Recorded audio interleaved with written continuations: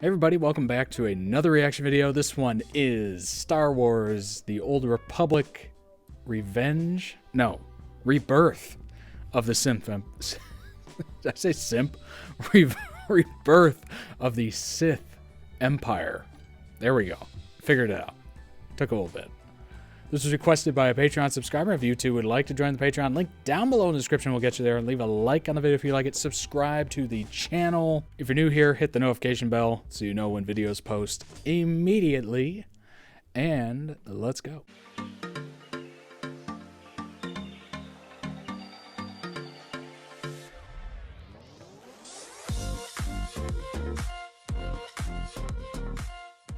If you're unaware, this is part of a video series, and you can catch the playlist on the main channel. I think it's the third one down on the channel.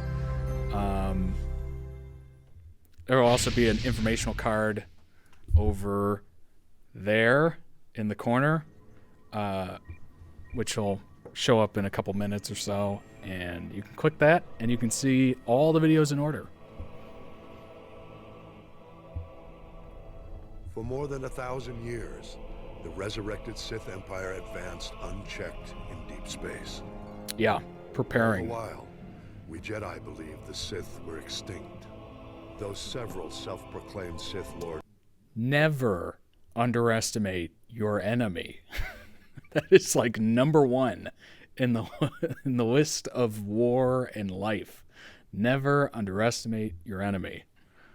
...challenged the Republic. They were all fallen Jedi, not true Sith. The true Sith were the biological descendants of the ancient red-skin race native to Korriban. The true Sith were extinct, except those who fled into exile 900 years ago. The success of their reincarnated civilization is testimony to the dark genius of the Sith Emperor. But the dedication of the Imperial people must be acknowledged as well. In our brief glimpses into the Empire's secret history, one name stands out: Grand Moff Odile Viken, the founder of the modern Imperial military. As a child, Viken was one of the few hundred survivors who fled the carnage on Korriban at the end of the Great Hyperspace War. To escape their enemies, the Emperor led a small fleet of Sith ships in a hyperspace jump into uncharted regions. The exiled fleet wandered in deep space for many years thereafter. During this time, Viken learned navigation and became one of the fleet's most respected pilots. The survivors finally settled on the jungle world of Dromund. There, the Emperor revealed his vision to build a new civilization of unrivaled efficiency. And he promised his people vengeance. He promised them an empire destined to dominate the galaxy, an empire destined to bring about the Republic's destruction. The Emperor's role in Reconstruction was as visionary alone. He's said to have withdrawn into isolation and left the logistics to a newly formed Dark Council, and to loyal Imperial leaders like Odile Viken. While the Dark Council debated long-term plans in the Sith power structure, the young Viken took on the monumental task of establishing order. Good luck. Viken Trying to get order with a group of, I don't know, evil people? Might be harder than it looks. drafted every non-Force user of age into the new Imperial military. He then developed the Imperial Military Training Regimen that remains to this day. With his army well-trained, Viken led a campaign to carve a footprint into the wilderness of Well, they Dromund. certainly had enough time to train and prepare and create, manuals on how to react and perform and what's expected of you.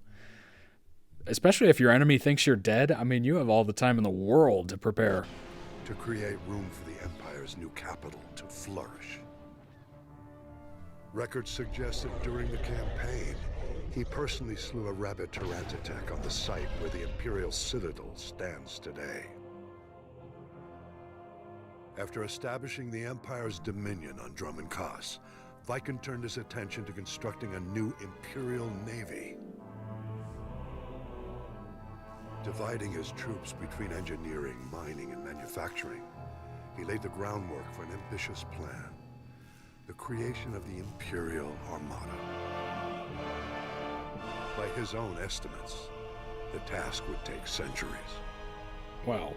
Viken knew he would never see even a fraction of his plan's success. Still a good plan. Nonetheless, he garnered the support of the Dark Council and started the work. It was this act which earned Viken the honor of being the first Grand Moff recognized in the new Imperial military. Grand Moff Viken was eventually killed during an Imperial campaign to conquer an alien system in deep space. He died in battle on the bridge of a prototype Star Destroyer. A fitting end to the first Imperial Grand Moff.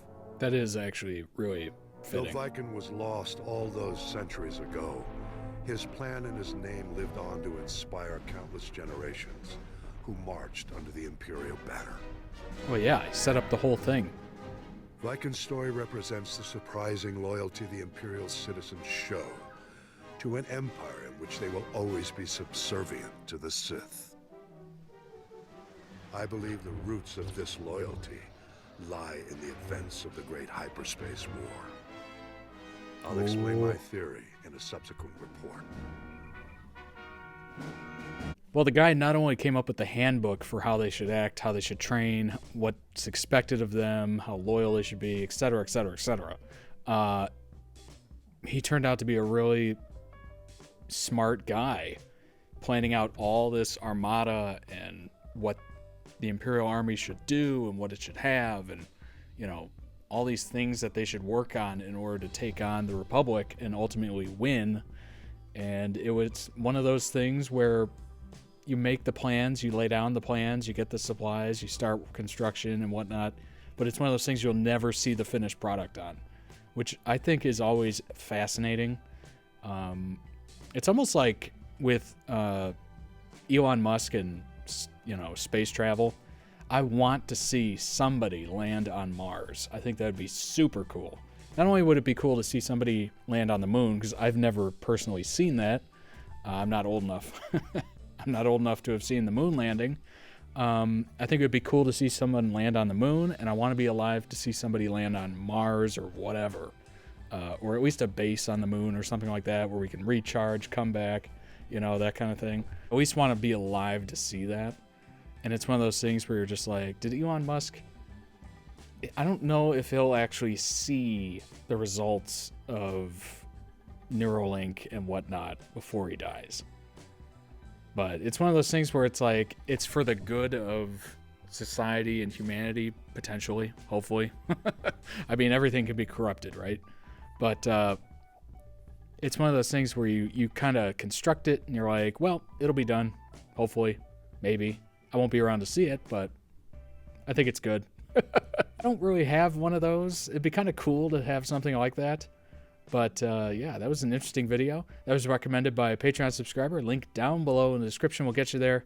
Join up. Leave a like on the video if you like it. Subscribe to the channel. Hit the notification bell if you feel like it. And I shall see you on the last video of this playlist, which is going to be the Great Hyperspace War. The font is literally like that big. Tiny. The Great Hyperspace War. So we will be checking that out very soon. See ya.